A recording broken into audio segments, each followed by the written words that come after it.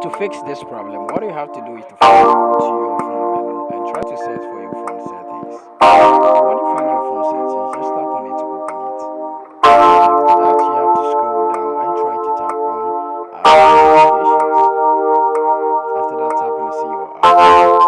Now, what you have to do is to try to search for Gmail. So tap on it when you find Gmail.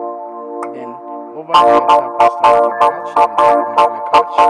Go back, down tap on restore. Then tap on OK. After that, tap on mobile data and Wi-Fi or mobile data and restriction on any device. Then after that, tap on the background data. Make sure it's toggled on. Make sure it's turned on like this. Then after that, you go back. Then you tap on your Google Play Store. So when you get to your Google Play Store, what you have to do is to try to search for your Gmail over here. As you can see, has been searched over here. So after searching on it, this is the result you are looking for.